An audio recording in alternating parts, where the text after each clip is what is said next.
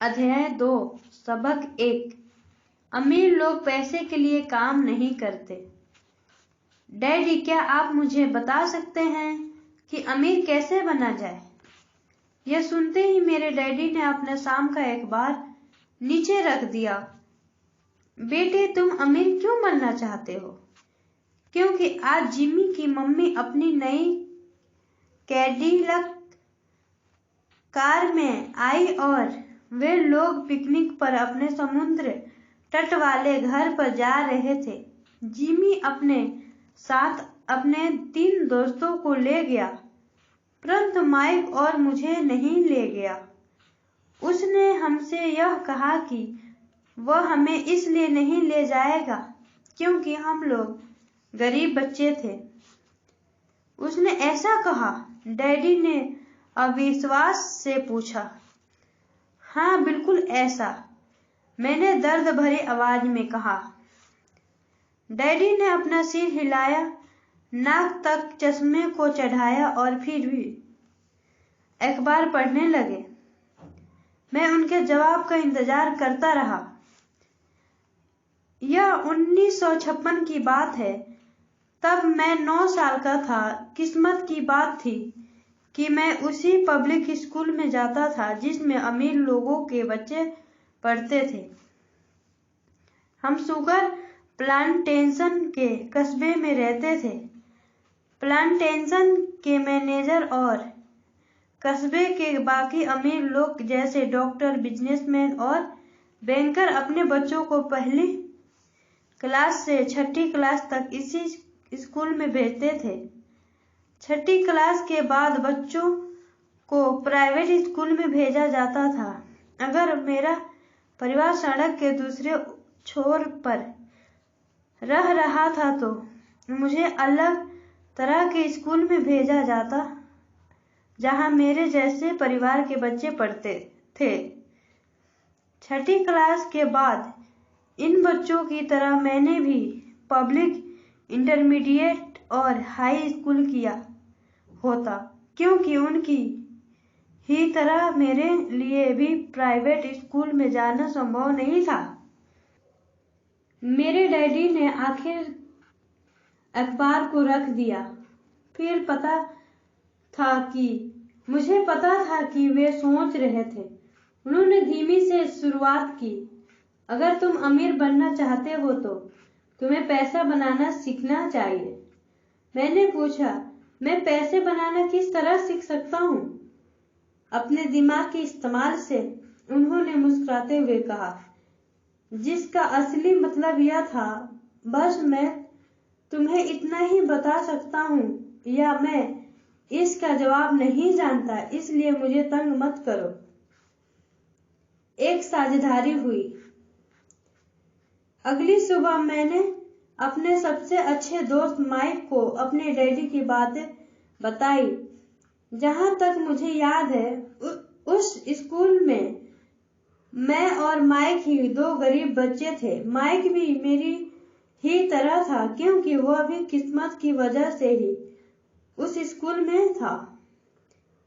ऐसा लगता था जैसे किसी ने कस्बे में स्कूलों की सरहदें तय कर दी थी और इसी कारण हम लोग अमीर बच्चों के स्कूल में पढ़ रहे थे। सच कहा जाए तो हम लोग गरीब नहीं थे, परंतु हमें ऐसा लगता था क्योंकि बाकी सभी बच्चों के पास नए बेसबॉल ग्लव्स, नई साइकिलें और हर चीज नई होती थी। मम्मी और डैडी ने हमें जरूरत की सभी चीजें दी थी, जैसे खाना, घर, कपड़े, लेकिन इससे ज्यादा कुछ नहीं। मेरे डैडी कहा करते थे, अगर तुम्हें कोई चीज चाहिए तो उसके लिए काम करो। हमें बहुत सी चीजें चाहिए थी, लेकिन 9 साल के बच्चों के करने के लिए ज्यादा काम मौजूद नहीं थे। माइक ने पूछा, तो पैसे कमाने के लिए हमें क्या करना चाहिए? मैं नहीं जानता, मैंने कहा, लेकिन क्या तुम इस काम में मेरे पार्टनर बनना चाहते हो? वह राजी हो गया और उस शनिवार की सुबह माइक मेरा पहला बिजनेस पार्टनर बन गया। हम दोनों पूरी सुबह यही सोचते रहे कि पैसे किस तरह कमाया जाए। कभी कभार हम उन बेफिक्र बच्चों के बारे में बातें करते रहे जो जिमी के समुद्र तट वाले घर पर मजे कर रहे होंगे।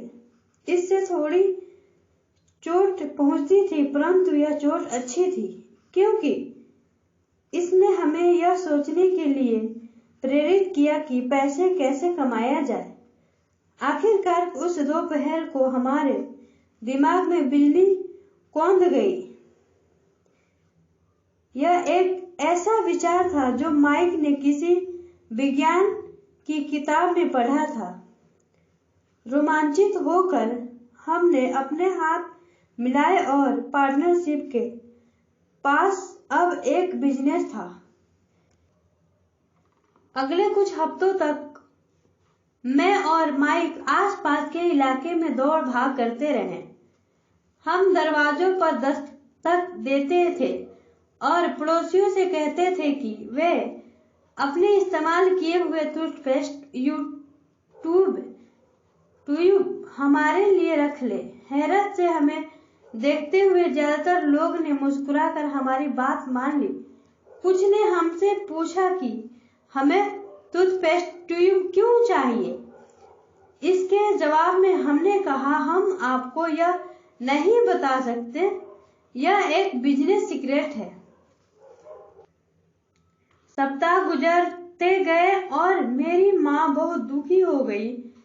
अपने कच्चे माल को इकट्ठा करने के लिए हमने जो जगह चुनी थी वह उनकी वॉशिंग मशीन के ठीक पास थी। एक भूरे कार्डबोर्ड के डिब्बे में जिसमें कभी केचप की बोतलें रखी रहती थी। हमारे इस्तेमाल किए हुए टूथपेस्ट के ट्यूब की संख्या बढ़ने लगी। आखिर एक दिन माँ के सब्र का बांध टूट गया। पड़ोसियों के मुंगड़े तूड़े और इस्तेमाल किए हुए टूथपेस्ट ट्यूब्स को देखते देखते वे उब गई थी। उन्होंने पूछा, तुम लोग क्या कर रहे हो? और मैं यह नहीं सुनना चाहती कि यह एक बिजनेस सीक्रेट है। इस कचरे को साफ कर दो या मैं इसे उठाकर बाहर फेंक देती हूँ। माइक और मैंने उनके हाथ पैर जोड़े और उन्हें यह बताया कि जल्दी ही हमारा कच्चा माल प्राप्त जमा हो जाएगा और फिर हम उत्पादन शुरू कर देंगे। हमने उन्हें बताया कि हम कुछ पड़ोसियों का इंतजार कर रहे थे ताकि वे अपने टूथपेस्ट के ट्यूब्स खत्म कर ले। माँ ने हमें 1 हफ्ते की मोहलत और दे दी। उत्पादन शुरू होने की तारीख तक करीब आ गई थी। दबाव बढ़ चुका था। हमारे वेयर हाउस के मालिक यानी मेरी माँ ने हमारी पहली पार्टनरशिप कंपनी को जगह खाली करने का नोटिस थमा दिया था। अब माइक का काम यह था कि वह पड़ोसियों को अपने टूथपेस्ट जल्दी खत्म करने के लिए कहे और साथ में यह भी जोड़ दे, दांत के डॉक्टरों का कहना है कि दिन में कई बार ब्रश करना चाहिए। मैं उत्पादन की प्रक्रिया को ठीक ठाक करने में जुट गया। एक दिन मेरे डैडी अपने एक दोस्त के साथ कार में बैठकर पोर्च में आए और उनके आश्चर्य का ठिकाना नहीं रहा जब उन्होंने वहां 9 साल के 2 बच्चों को उत्पादन की प्रक्रिया में पूरी गति से जुटे देखा। हर जगह बारीक सफेद पाउडर बिखरा हुआ था। एक लंबी मेज पर स्कूल से लाए गए दूध के छोटे कार्टन थे और हमारे परिवार की हिबाजी ग्रिल लाल धकते कोयले के साथ अधिकतम गर्मी पर जल रही थी। डैडी सावधानी से चलकर हमारे करीब आए। चूंकि हमारे उत्पादन की प्रक्रिया ने पोर्च पर कब्जा कर लिया था, इसलिए उन्हें कार बाहर ही खड़ी करनी पड़ी। जब वे और उनके दोस्त पास आए तो उन्होंने कोयलों के ऊपर रखा एक स्टील का बर्तन देखा जिसमें टूथपेस्ट की ट्यूब पिघल रहे थे। उन दिनों टूथपेस्ट की प्लास्टिक के ट्यूब्स में नहीं आते थे। ट्यूब शीशे के बने होते थे। एक बार पेंट जल जाने पर हम ट्यूब्स को स्टील के बर्तन में डाल देते थे ताकि वह पिघलकर द्रव रूप में आ सके। इस पिघले हुए शीशे को हम छोटे छेद वाले दूध के कार्टनों में डाल रहे थे। दूध के इन कार्टनों में प्लास्टर ऑफ पेरिस भरा था। हर तरफ फैला सफेद पाउडर प्लास्टर ही था जिसमें हमने पानी मिलाया था। जल्दबाजी में मैंने उसके बैग को गिरा दिया था और पूरी जमीन ऐसी लग रही थी जैसे वहां अभी अभी बर्फ का तूफान आया हो। दूध के कार्टन बाहरी बक्से थे जिसके भीतर प्लास्टर ऑफ पेरिस के सांचे थे। मेरे डैडी और उनके दोस्त हमें देखते रहे और हम पिघले हुए शीशे को प्लास्टर ऑफ पेरिस के क्यूब के ऊपर से छोटे से छेद में डालते रहे। संभल कर मेरे डैडी ने कहा। मैंने बिना सिर उठाए हामी भर दी। आखिरकार जब शीशे को डालने का काम खत्म हो गया तो मैंने स्टील के बर्तन को नीचे रख दिया और फिर अपने डैडी की तरफ देखकर मुस्कुराया। उन्होंने हल्की मुस्कान के साथ पूछा, तुम लोग क्या कर रहे हो? हम वही कर रहे हैं जो आपने बताया था।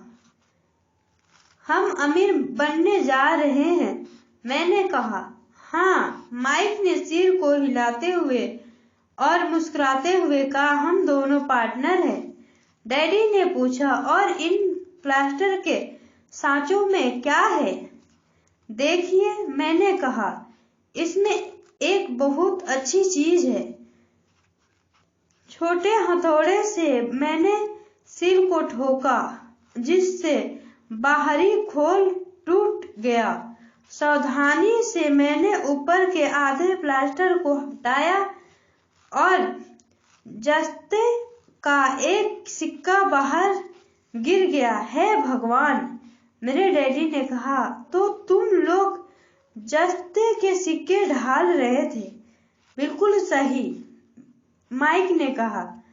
हम वही कर रहे थे जैसा आपने हमसे कहा था। हम पैसा बना रहे थे। मेरे डैडी के दोस्त जोर से हंसने लगे। मेरे डैडी भी मुस्कुराए और उन्होंने अपना सिर हिलाया। उनके सामने आग और टूथपेस्ट की ट्यूब्स के बक्से साथ सफेद धूल में लिपटे हुए दो बच्चे खड़े थे जो इन कान से उस कान तक खुलकर मुस्कुरा रहे थे। उन्होंने हमसे कहा कि हम सब कुछ छोड़ कर उनके साथ चले और घर के सामने वाली सीढ़ी पर बैठे।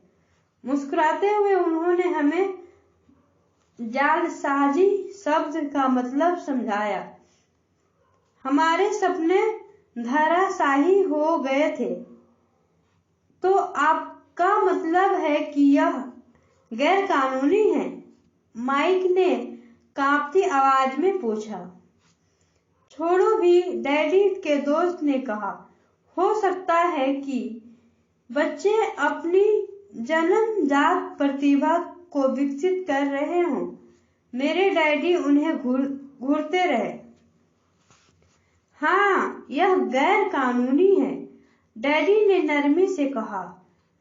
परंतु तुम लोग ने यह साबित कर दिया है कि तुम में बहुत ज्यादा रचनात्मकता और मौलिक विचार है। इसी तरह आगे बढ़ते रहो, मुझे तुम पर गर्व है। निराश होकर माइक और मैं तकरीबन 20 मिनट तक चुपचाप अपना सिर पकड़कर बैठे रहे। इसके बाद हमने सारा अटाला साफ करना शुरू किया। पहले ही दिन हमारा बिजनेस चौपट हो गया था। पाउडर साफ करते हुए मैंने माइक की ओर देखा और कहा, मुझे लगता है जिमी और उसके दोस्त ठीक कहते हैं, हम सचमुच गरीब हैं। जब मैंने यह कहा तब डैडी बस जाने ही वाले थे। बच्चों, उन्होंने कहा, तुम गरीब तभी कहलाओगे जब तुम लोग हार मान लोगे। सबसे महत्वपूर्ण चीज यह है कि तुमने कुछ किया। ज्यादातर लोग केवल अमीर बनने के बारे में बातें करते रहते हैं और उनके सपने देखते रहते हैं। तुमने कुछ किया है। मुझे तुम दोनों पर गर्व है। मैं एक बार फिर से यही कहूंगा, आगे बढ़े चलो, हार मत मानो।